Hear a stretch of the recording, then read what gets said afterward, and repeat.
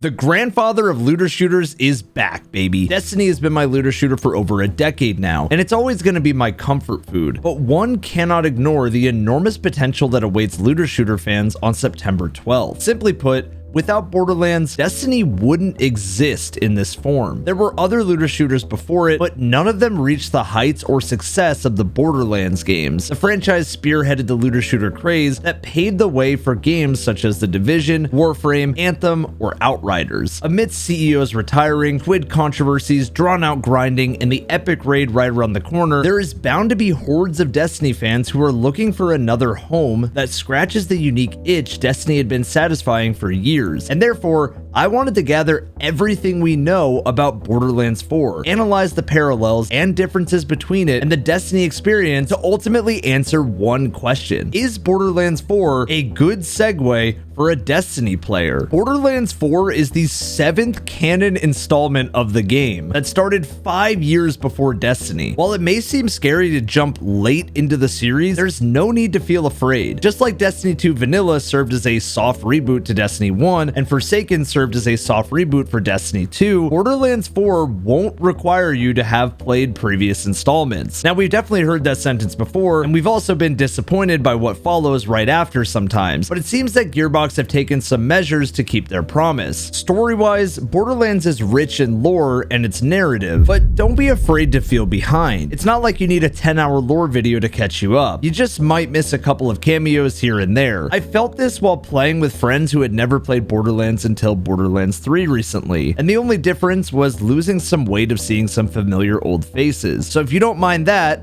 then you're set. According to Lynn Joyce, the managing director for Borderlands 4, quote, "It's the perfect place for players to jump in. It's a new planet. It doesn't assume you've played the previous games." Borderlands Vault Hunters are synonymous with Destiny's Guardians, bringing chaos through builds, equipment, personality, and a lot of personalized guns. And there's many more home comforts for Destiny and looter shooter fans. In Destiny, you have 3 Guardian choices, but in Borderlands 4, you will actually have 4 hunters to choose from. Vex the Siren is fairly new to her powers, yet in the universe of Borderlands, she is the spookiest of them all. She becomes death and uses purple energy to manifest minions, clones, and summonings to do her bidding. She is somewhat reminiscent of Gwyn from the upcoming Destiny Rising, Void Light and Void Scythe with a similar haircut as well. The team intended on making her favor kinetic damage, even if she can switch to other elements. As a witch, they also gave her a cat named Trouble, a real-life reference to a pet of one of the devs. You can see there's a little bit more class diversity here, and Borderlands is known for its powerful cast of characters that all scale with different skill trees and weapon foundries, like our next character, Rafa the Exo-Soldier. He grew up in microgravity, and living anywhere else might become dangerous for him. So he received a new exosuit, which can also kill him at any time, but allows him to move everywhere. It doesn't have to make sense for it to be fun, but you have to understand him as a hybrid between all 3 of the Destiny classes. A great pick for those who want a little bit of everything. He's the most agile and uses energy blades to get up close and personal, with attacks similar to both Hunter's Storm Edge Super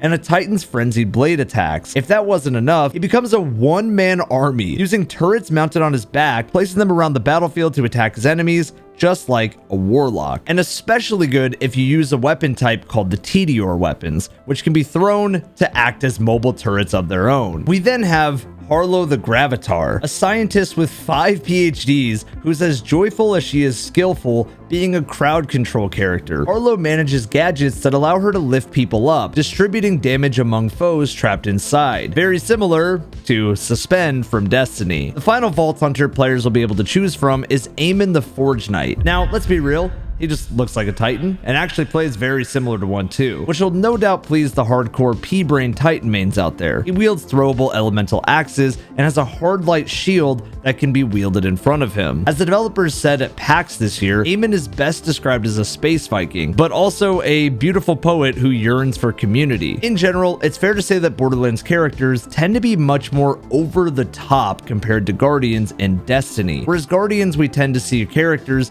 who talk a lot about stakes, duties, and complications, while being serious. On top of this, Borderlands fits into this wacky, chaotic world. Whereas Destiny tries to have a slated name of Guardian, we are directly characters that have different skins and different makeups if we want to, but we are playing as these names. Think of Borderlands characters as closer to Drifter and Failsafe in their personalities, with the flamboyant looks to match. It took years and a community-wide meme for our Destiny Guardian to muster up the courage to say anything of note, and thankfully, your Vault Hunter in Borderlands couldn't be more of the opposite. But the geeky pop culture references and memes, and especially those joke quotas, are a thing of the past. I haven't been out of this armor in a month. At this point, it's less about keeping bullets out than the stink in. Trading it for a more dry, in-universe style of comedy. The tone keeps its Borderlands roots and applies it to a dictator-like planet, making the story darker and grounded. One of the big things that frustrated a lot of players in Borderlands 3 was the pacing of everything. There were times where you just had to sit there and listen to characters talk for minutes on end. Sound like anything? Now, we've spoken about the playable characters, but what about the actual environment that you'll be finding yourself looting and shooting in? Kairos is an open world and the biggest map of the franchise by far. It is not procedurally generated, but catered to create different regions with different looks. Instead of having each separate planet being their own individual closed locations like in Destiny 2, think of it like one big planet that brings together multiple areas like a throne world, a Titan, a Europa, a Kepler, etc. One of the biggest things that I noticed from watching trailers is it gives me those Destiny 1 vibes, and it's very hard to put my finger on it, but it just reminded me of walking around the Cosmodrome. The current system in Destiny 2 is the one that's closer to Borderlands 3 actually, with its individual zones. At PAX, the developers said, anything you see, you can go there. Destiny players have a trauma with that quote, and I can't blame them. We have incredible guys and gals that work there, and it's amazing. This is all coming right out of our engine. All that stuff, if you ran out there, it's all playable terrain. So when a developer comes in and states the exact same thing we've heard before, it's understandable to feel a little bit hesitant. The difference here is huge though, as Destiny 1 suffered from major development changes in the months leading up to the game's release. However, as far as I've read, this has thankfully not been the case with Borderlands 4. I mean, the game has gone gold by the end of July, almost 2 months before release, and that's no small feat. So with the map as big as Kairos, how will the players get around it? Whereas in previous entries to the Borderlands franchise, you had to visit a vehicle station to summon a way to travel. In Borderlands 4, you have climbing, gliding, and a goddamn grapple hook. The Digirunner is another thing that is very, very impactful. The Digirunner is a personalized vehicle exactly like a Sparrow, but where we can only change our Sparrow's color and some of the cosmetics in Destiny 2, here you can fully customize your Digirunner's chassis and other parts, which will no doubt please die-hard customization lovers. One of the things that I've always loved about Borderlands in general is just how many cosmetics you get completely free with the purchase of the game. It's insane to think about in the modern day gaming climate that you can just unlock cosmetics from random drops from killing enemies, and they just permanently unlock. Randy Pitchford even said, we get all kinds of fun stuff like dashing and gliding, using a grapple hook, not just to pull objects to your hands and throw them, but to even bounce around the environment a little bit. Something to note about grappling objects and throwing them is that barreling people in Borderlands is something to watch out for. You will get barreled by another player. It is like getting eager edged into the wall. A frequent criticism of some Destiny locations in the environment in plenty of other looter shooter games is that their size can often make them feel very barren and lacking in fun playable content. Thankfully though, Gearbox have apparently focused on 3 aspects to help alleviate this in Borderlands 4. This includes world bosses, random airships, crash-landed ships, and hidden vaults containing high-level and valuable loot. It's important to note though with Borderlands that farming a boss, and especially having boss-specific loot, is something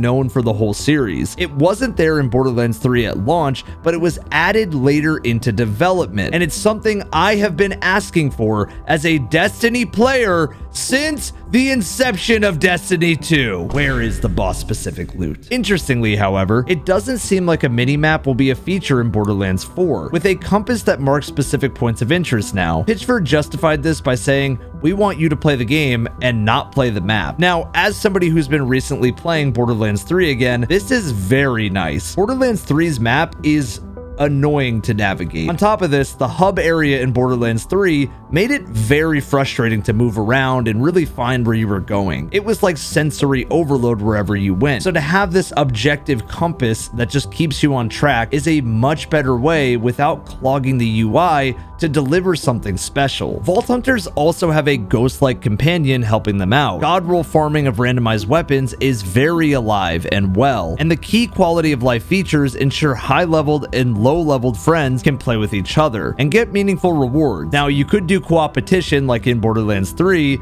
and just steal each other's loot, but I feel like most people are going to do cooperation. You even have the ability to adjust your own difficulty setting without affecting the experience of your friends, an area that Destiny can often fall short of. So far, we've talked about a lot of parallels between Destiny and Borderlands, but there's just as many things that are unique to Borderlands as well. The visual identity of the game is tied to mature imagery coupled with a wacky comic book overlay. This presentation has always been in the franchise, and I remembered some of my friends back in 2012 who didn't want to play the game because it just looked weird. Now, this wacky comic book style does serve a purpose in looking different. The characters are almost always satirical of the archetypes they try to depict, with the art style playing homage to the wacky and exaggerated feel of many comic book characters. Despite this, by far the biggest part that differentiates Destiny from Borderlands is the customization of the player's identity. This is where Borderlands sets itself apart and should satisfy in a spot where many feel Destiny has failed to reach its full potential. Each Vault Hunter has 3 skill trees, and each of those trees has multiple branching paths. Sounds pretty similar to Destiny, right? Well, you're wrong. In Borderlands, it's not about necessarily your abilities, but it's also about the guns that make a huge difference and the weapon types of damage which can combine to do even more damage. You can have things like corrosive damage and shock at the same time, and those will just scale up, and you can get really wacky with all of the different builds. But one of the most important things with Borderlands is actually the weapons manufacturers. See, some characters benefit by using certain weapon manufacturers, and each of these weapons has such a distinct feel that it feels like an ability in and of itself. Adam May, the art director, stated that the game would have over 30 billion guns. And yeah, that sounds far-fetched and maybe terrifying for those with God roll farming PTSD,